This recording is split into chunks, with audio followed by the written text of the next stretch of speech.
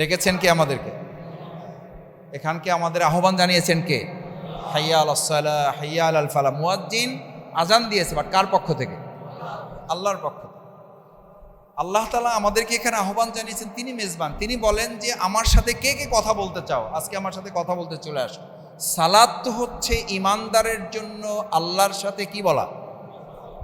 আসসালাতু মিরাজুল মুমিনিন। ইমানদার যদি হন আর সালাত যদি যথাযথভাবে অন্তরে ধারণ করেন, তাহলে আপনি সালাত আদায় করতে আসেন নাই, আপনি সালাত আদায় করতে আসছেন এবং আল্লাহর সাথে কথা বলতে এসছেন। সুবহানাল্লাহ।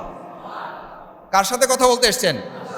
এ ভাই, প্রধান উপদেষ্টার সাথে কথা বলার জন্য আমি আপনাকে নিয়ে যেতে চাইলাম যে চলেন আমার সাথে। বলবে যে আরে কি আপনার সাথে যাবো, আমি তো ফ্লাইটে চলে যাব, তাড়াতাড়ি যাইতে হবে, সামনের সিট বইতে হবে যাতে ছবিতে আমার ছবিটা, ওনার পাশে যাতে আমার ছবিটা। বলবেন না তো কেউ? বলবেন না তো এটা কেউ?